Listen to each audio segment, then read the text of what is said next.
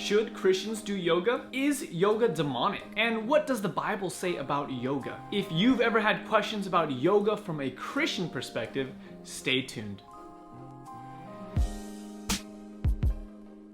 Hi guys, my name is Justin, and I want to welcome you to That Christian Vlogger, a place where you get to come and join me and experience faith in the first person. Kathleen writes in asking if I could do a video on yoga. So this episode is dedicated to the topic of Christian yoga.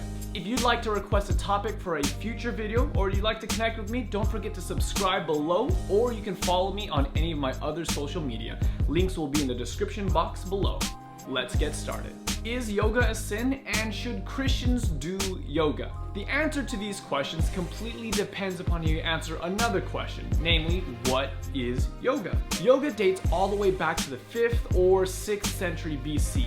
Originally, it was significantly more than just a way to get fit or show off your cool Lululemon tights and handstand skills. Yoga, taken from the Sanskrit word listen, was a group of physical, mental, and spiritual disciplines that informed the way its adherents lived their lives. Many Christians have problems with yoga as it's a practice that is very strongly associated with Hinduism. David Gordon White, a professor at UC Santa Barbara, stated that from the 5th century onward, yoga was seen as a path to salvation, a way to obtain omniscience and an enlightened consciousness. Yoga was also a technique used for entering into other bodies or generating multiple bodies and the obtainment of other supernatural accomplishments. These types of things definitely seem to be out of line with Christian teaching and thinking. As Christians, we understand that there's really only one pathway to salvation, and that salvation is not something that we can actually work our way towards. You see, no matter how hard we try to empty our minds and our lives of sin and its influence, we are unable to do so. We understand that anything short of the sacrifice of Christ is completely powerless to deliver us from the entanglements of this life. But does this actually mean that Christians shouldn't do yoga? If you view yoga in the way I just described it, I would personally say that this type of yoga isn't in line with biblical principles and as such is a very dangerous practice. I would strongly caution you against participating in this type of spiritual practice, as I believe it's in direct contradiction with the teachings of Jesus. Yoga on this definition is a dangerous spiritual practice and one that I don't think any serious Christians should practice. However, while that's true, I do also believe that there's another way to define yoga. I believe there's a way to understand and practice yoga in a way that is actually God-honoring. Now, before you stone me, just hear me out. Many would argue in favor of yoga from a purely physical practice perspective.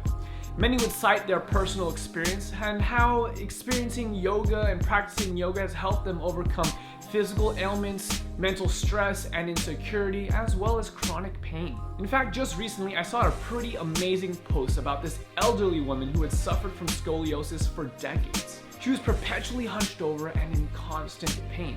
However, through some yoga therapy, she was able to slowly correct her posture and release a significant portion of the pain that she normally experienced.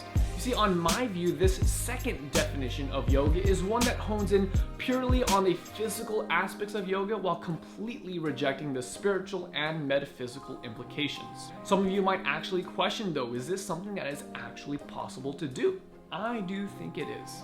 A lot of people don't realize that many of the stretches that they do before gym class or before going on a run could actually be considered yoga poses. For example, the commonly known butterfly stretch strikes a very strong resemblance to the Baddha Konasana, or the bound angle pose. Pretty sure I mispronounced that. The basic plank is actually part of the chaturanga pose, while the back bend in gymnastics could be called the Urdhva. While the back bend in gymnastics could actually be called that thing. Many common physical stretches like bending over to touch your toes, stretching your arms in the sky, and even lying down on the ground motionless could be considered yoga poses. Now, obviously, there's nothing wrong with doing these poses. In fact, like I mentioned before, many would actually argue that there is a positive benefit. A little over a year ago, I tweaked my lower back while at the gym and had a considerable amount of pain for several months. This last summer, I put a lot of time focusing on stretching out certain parts of my body to help alleviate some of the pressure on my back. You can call this stretching, or you could call it yoga. Whatever it was, it actually did help my back.